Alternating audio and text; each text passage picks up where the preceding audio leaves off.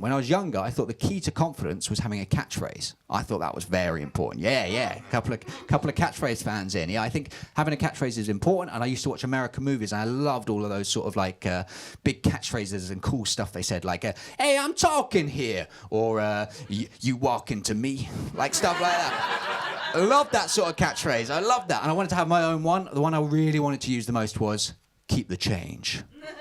Ooh, that is fancy. Keep the change. Normally, someone go in, take too much money, put it down, keep the change. Buy yourself something nice. Now, at the age of 12, I didn't have either the charisma or the money to pull that off. So I went into a sweet shop with £1, bought 99p's worth of sweet, and then said, "Keep the change." And the cashier laughed at me because she thought I was telling a joke. And I panicked, and I didn't want to seem like I hadn't fully intended to tell a joke, so I laughed to be like, yeah, I meant that. And I think that explains why I'm here today. Not even the best thing that happened in that shop, by the way. The best thing, a gentleman, and I use that word correctly, a gentleman walked in and asked to buy a Fredo the Frog. They full named a chocolate bar. Like maybe it's the first time they've ever bought chocolate and they've gone, gonna have to full name this. Show some respect to this chocolate. It's like, what are they gonna get next? A Toffee Crispian. Do you have a favourite chocolate bar? Whisper. Whisper, yeah. Or its full name? Whisper the Frog. Now, the thing is, you can't do Keep the Change anymore. You can't do Keep the Change anymore because everything's on contactless. And you remember the days of minimum spend, by the way?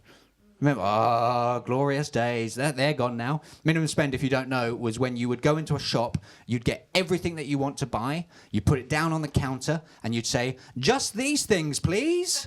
And the cashier would say, "No."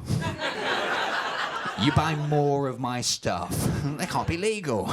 Now, I used to hate it until I realised minimum spend's free money. Not technically. Yeah, you look shocked there. What? Yeah, my bank were the same. It's not free money. It's free from judgment. You can buy whatever you want and just be like, "Oh, I'm just getting over minimum spend." That's how I got into fermented herring. I love vaping now because of minimum spend. Absolutely, it's good for you. Do you know that? Yeah, if you smoked before, I didn't, but I love vaping. I love vaping. Also, minimum spend's how I found out about Kinder eggs.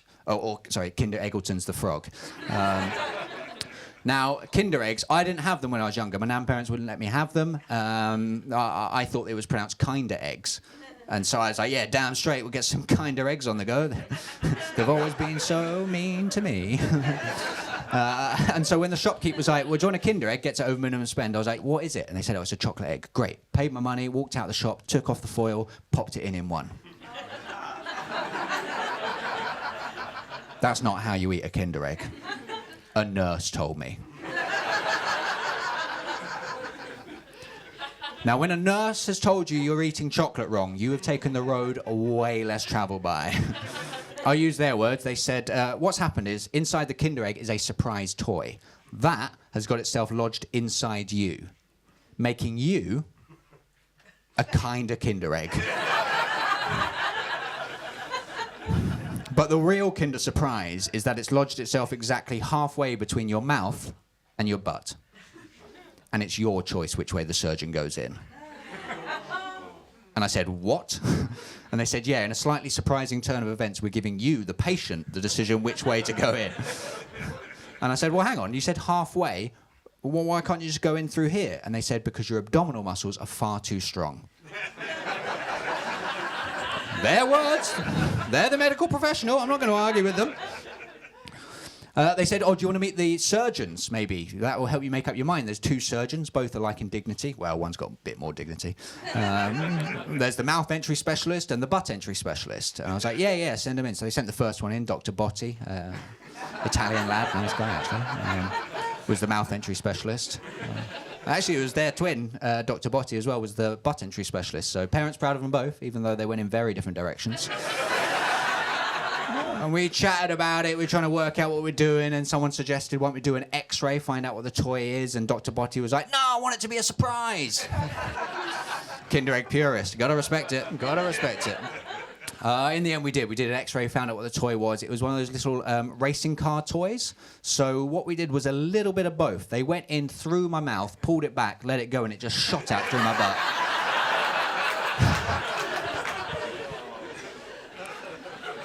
The confidence to do that routine in this room. I started that routine knowing the end. Extremely confident of me. I think my Nan Dad is responsible for that confidence. I'll tell you about my Nan parents. My Nan and my Nan Dad, very important to me. But my Nan Dad especially. My Nan Dad was a storyteller. My Nan Dad was from a different era. I mean, that's how Nan parents work. My Nan Dad would tell me amazing stories about a different world, stuff we could barely understand. Like, my Nan Dad told me once, look, the people who are laughing at Nan Dad are in the right.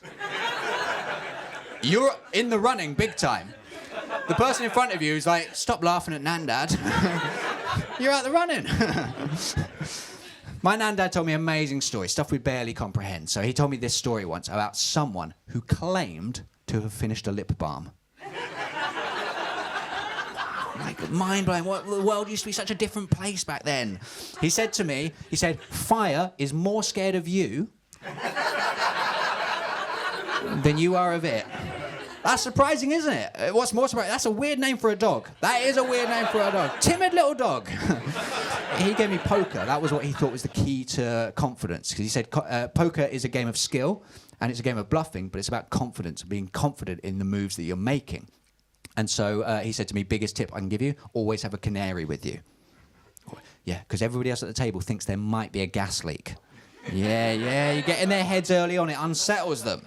I've never looked at the world with the amount of wonder that he's looked at a van being driven by a woman.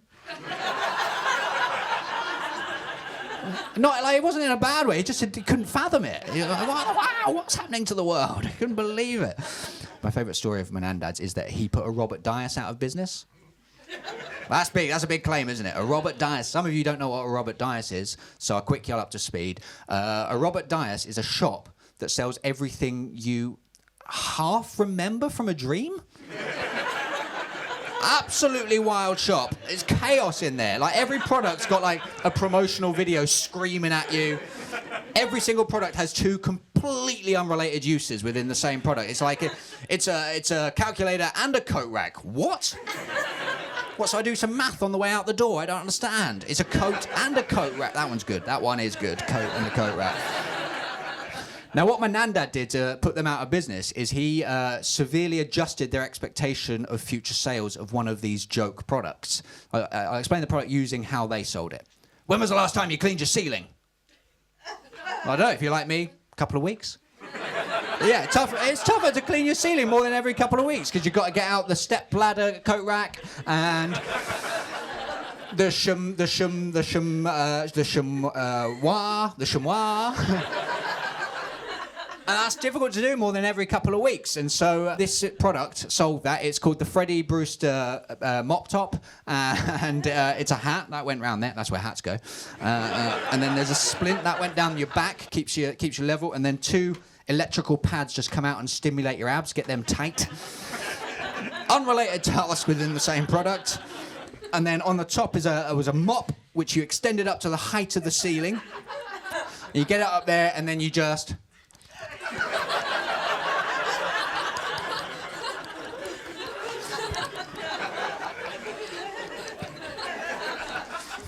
until either your ceiling was clean or you passed out. I did that for longer than I intended to. Now, my Nan Dad knew how rumours worked, okay? So he started spreading rumours about town that we had the dirtiest ceilings in Christendom. Now, Robert Dyas is no mug, is he? He's a mug that's also a USB charger.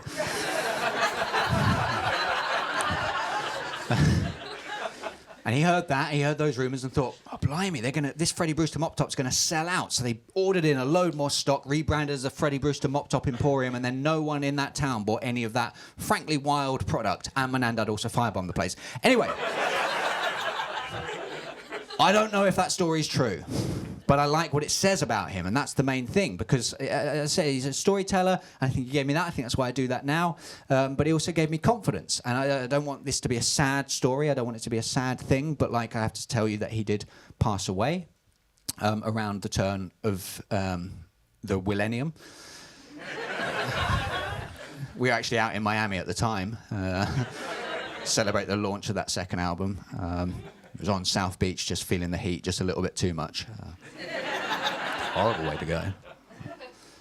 I remember being there at his funeral. You know, we were all there, black suits with the black Ray-Bans on. And I was just thinking about all the times where it was just the two of us. Look, it's like I told you. It was a wonderful time for all of us to get together and just honour my Nan Dad. One little thigh clap at the front. Yeah, you're putting in a shift, you're putting in a shift. It's a lot of work to get to that punchline. Got to call him Nan Dad for the entire time, lose half the audience who are like, what the fuck's wrong with this guy? Why does he keep saying Nan Dad? And furthermore, what's wrong with the person laughing about it?